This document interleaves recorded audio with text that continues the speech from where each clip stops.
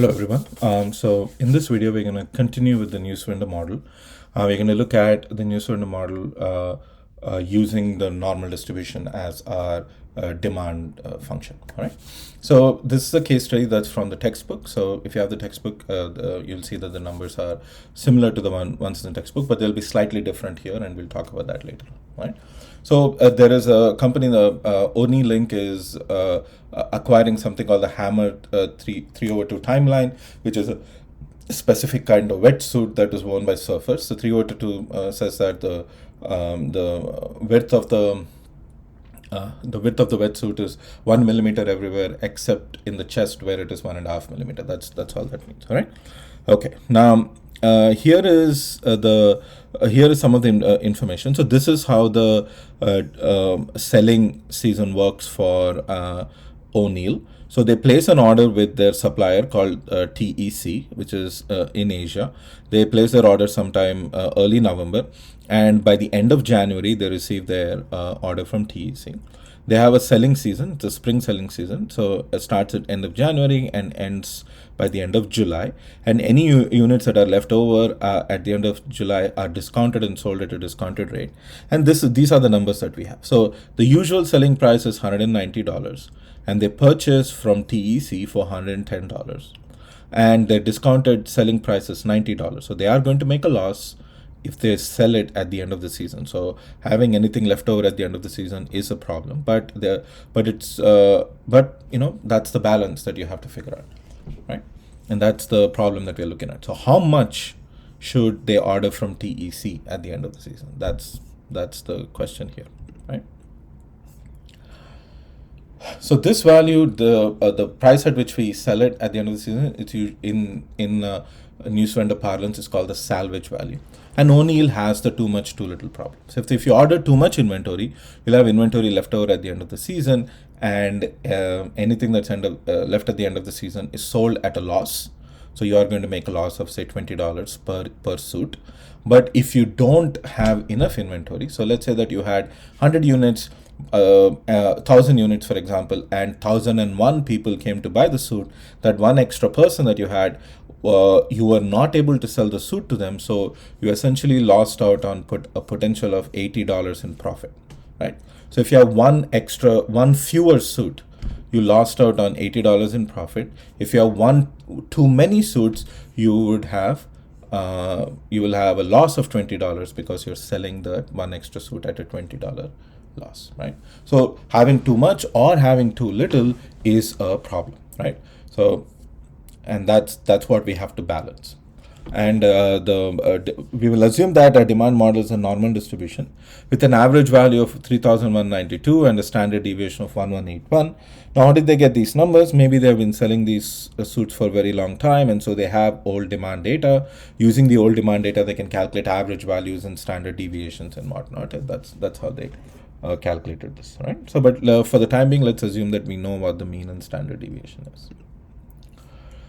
All right, so CO is called the overage cost or the cost of overstocking. So I might say cost of overstocking. Cost of overstocking is the same as saying overage cost. The consequence of having one more unit than you would have ordered had you known the demand. So you have one extra unit. Suppose you had leftover inventory when you ordered. CO is the increase in profit you could have enjoyed had you ordered one fewer item. So cost of overage, right? And that is $20. Cost minus. Now cost of understocking. So you had one fewer unit. So underage cost of understocking. Suppose you had lost sales. So you were not able to sell to one person. The cost of the potential profit that is lost by not being able to sell that to that one person is $80, right? So you notice that the cost of overstocking is 20 and the cost of understocking is 80, which means that it is better to overstock than to understock, right? So that's something to keep in mind. Better to overstock than to understock. Okay. Now, using what we derived before, so we can calculate the expected critical ratio as cost of CU divided by CO plus CU, which will turn out to be 80 divided by 20 plus 80, which is 0.8. And then because we are assuming that demand follows a normal distribution, we can use the standard normal distribution function to calculate our optimal order quantity. right? So first we'll using the critical ratio, we'll calculate the z value. The z value is you use the standard normal distribution function, and you do 0 0.8 times, so you do norm dot s dot s. So you input this formula exactly into Excel. Don't forget the 1 at the end, which says that it's a cumulative distribution function. You'll get the z value as 0.7881, and then you can calculate the optimal order quantity as the average value plus this z value times the standard deviation. Again, this must be familiar to you based upon the normal distribution stuff, and using all of that, you'll notice that the optimal order quantity is 4,123. Now, this is slightly different from what you will see in the textbook. The reason for that is the textbook does some approximations here because they're looking up printed tables rather than doing it in Excel. Printed tables are always less accurate than looking up directly in Excel. So this number might look slightly different from Excel, but don't worry about that, right? And that's the optimal order quantity, and that is exactly how you calculate the optimal order quantity, right? So that's it. So you're making this one bet, and the bet you should be making is ordering 4,123.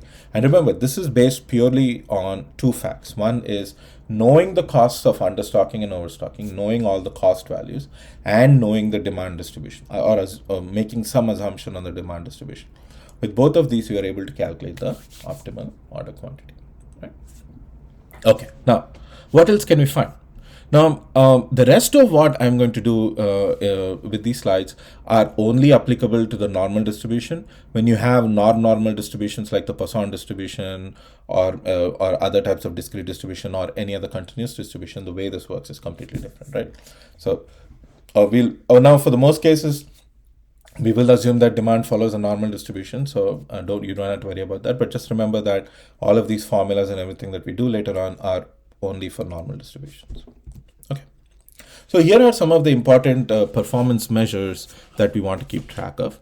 One is, what is the expected leftover inventory? So we do not want too much leftover at the end of the season, but we like to have an idea of how much do you expect based upon the demand distribution that you assume. How much do you expect to sell? Right? Do you expect any lost sales? Now, how can you expect leftover inventory and lost sales? Well, because remember that demand has a wide distribution. You can either have lost sales or you can have leftover inventory, right? Both are possible. But the probabilities of both are different. But we want to know on an average, how much do you expect to be left over? How much do you expect in lost sales, right? And finally, what is the expected profit, right?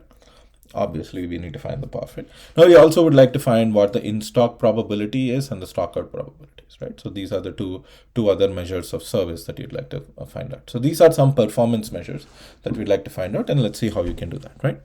Now, in-stock probability is just the probability that all demand is satisfied, and we want to find out how often that happens. And stock-out probability is that probability that some demand is lost. So basically, these two are complementary numbers, and you'll see that later on. Now, expected lost sales, expected sales, and expected leftover inventory, these are obvious numbers. So let's see how they are calculated. Now, the in-stock probability is the probability that all demand is satisfied. Now, how do you find that? So let's assume, just for the sake of argument, now we know that we calculated the optimal order quantity as 4,123. But just to make our calculations easier, let's say that the order quantity that we are looking at is 3,000, right? So what is the probability? What is the in-stock probability? What is the likelihood that you will be in stock at any given point in the season? So to find that out, well, it's actually pretty straightforward. You just find the cumulative probability distribution of 3,000, and the distribution function tells us the probability of demand being Q or smaller, which is exactly what we want. So if Q is 3,000, then to satisfy all demand, your demand must be 3,000 units or fewer. If your demand is more than 3,000, you cannot satisfy everything. So how likely is it that this will happen is the same as saying how likely is it that demand will be 3,000 or fewer, right? And that's exactly what f of Q is. And we can find that out using Excel in a very straightforward way. So if 3,000 is the order quantity, so we can calculate in-stock probability as using the normal distribution function. 3,000 is the quantity that we're looking at. 3,192 was the average demand. 1,181 was the standard deviation. So this is the mean. This is the standard deviation. and this 1 here represents the fact that you're looking at cumulative distribution. And so the in-stock probability is 4364, or there is a 43.64% chance that all demand will be satisfied. So if you order 3000 units, there is a 43.64% chance that all demand will be satisfied, right? So that's the probability of being in stock. What about the reverse calculation? So before we look at a stock out probability, which is stock out probability is essentially 1 minus the in-stock probability. So if there's a 43.64% chance of it being in stock, there is a 53.36% chance of stock out. Now, there is another usual metric that is usually used in scenarios like this called fill rate. We're not going to talk about fill rate, but don't worry about it. But fill rate is not the same as in-stock probability, right? So just keep that in mind. If you ever come across fill rate, it is not the same as in-stock probability.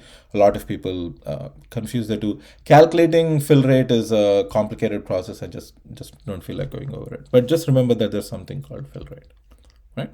Now, so we know that if the order quantity is 3000, our in-stock probability is 43.64%, right? There's 43.64% chance that all demand will be satisfied.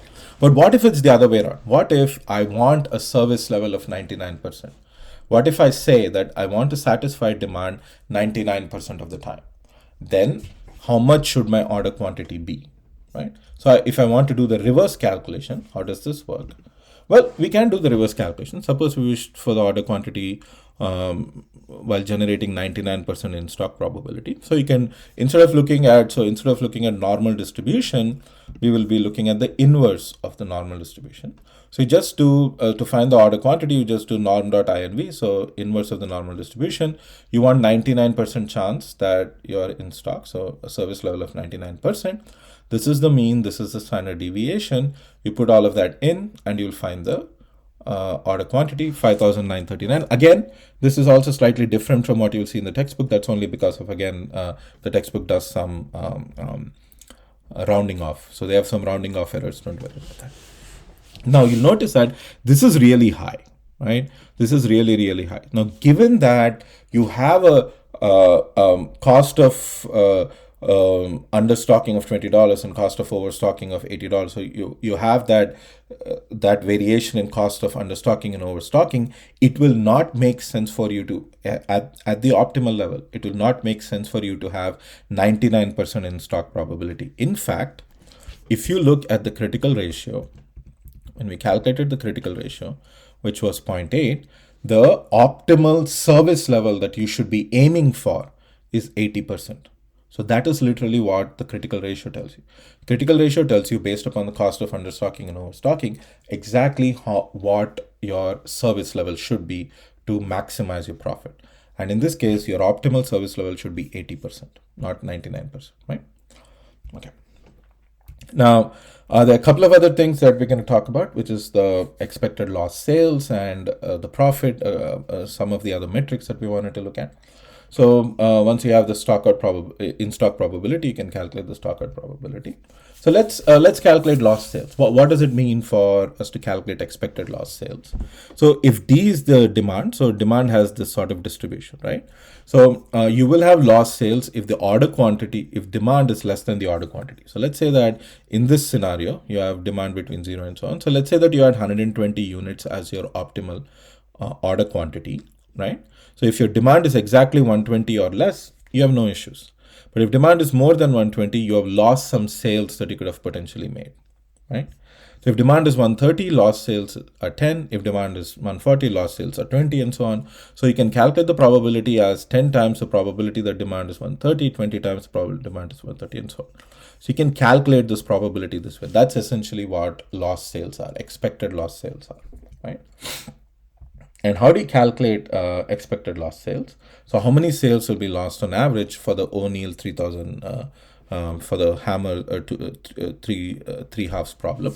So what you do is you first calculate the Z statistic for the 3000 units. So you're ordering 3000 units. So the Z statistics for the 3000 units will be 3000 minus the mean divided by standard deviation. So this is the normal Z statistics that we calculate for your normal distribution. So it will turn out to be negative 0.16. Right now, using Excel, we calculate something called the loss function. So this is called the loss function, and this is the formula for the loss function. Once you calculate the Z value, you do norm.s.dist with this Z value, comma 0. Don't forget that this is 0 minus this Z value. So minus of minus is actually become positive, times 1 minus norm.s.dist of z comma 1 this time, right? You have z comma 0 here, you have z comma 1. You do all of this calculation, you'll end up with this number. So this is called the loss function. You multiply your standard deviation with the loss function value, that will give you the expected lost sales. And expected lost sales are 572, right? So the loss function value will be 0.4840, and you'll multiply 0.4840 with 1181, and that'll give you 572. Right? So try this out yourself. You know the value of Z. Use this formula in Excel. With Z will be, you have Z value here, you have Z value here, and you have Z value here. Substitute them all, and you'll end up with the loss function value of 0.48. Right? So that gives me the lost sales. So once I've calculated lost sales, I actually have all the other metrics that we were talking about before, right? So once I have lost sales, I can say that my expected sales are the average demand minus expected lost sales. So average demand is 3,192 minus the expected lost sales is 572. So the expected sales are 2,620. So that's how many units you're going to likely sell, 2,620, right? Then I can also calculate the expected leftover inventory potentially. And how do I calculate expected leftover inventory? I can calculate that as Q minus the expected sales, where Q is the number of units you're actually ordering, in which case this is in our case is 3,000, and the expected sales are 2,620. I can do Q minus 2,620, then that'll give me the expected leftover inventory, 380. Right? So once I have 380 and I have the 2,620, I can calculate my expected profit. And what are my expected profit? So if my demand is more, these are the expected sales that I make during the season. Remember, anything that you sell after the season is not counted. Expected sales during the season, this is how much money I make, price minus cost, which is you make $80 on it. This is the cost of the stocking, right? Minus, why is it minus? Because this is how much money you lose. If you sell after the end of the season, you're going to lose items for every unit of leftover inventory. So you're losing $20 per unit. So it's minus 20 times the expected leftover inventory, which is 380, and so that's the expected profit, $2,000 essentially. Now remember that these are only for the above equation. The above equations hold for any demand distribution, but these formulas that we do, these hold only for normal distribution. So wherever you see norm.dist, wherever we did norm.in or norm.dist or norm.s.dist, so that's all normal distribution. But in general, these formulas will work for any distribution, but these calculations that we did are mainly for are only for the normal distribution. Right? Now I will for most of the cases that we deal with, we are not going to look at other types of demand distributions. I might post a video for, say, a couple of other distributions later on, but right now this is the main video. So I will end the Newsvendor model here, and well, I'll see you all in the next video or in class if I see you first. Right? Take it.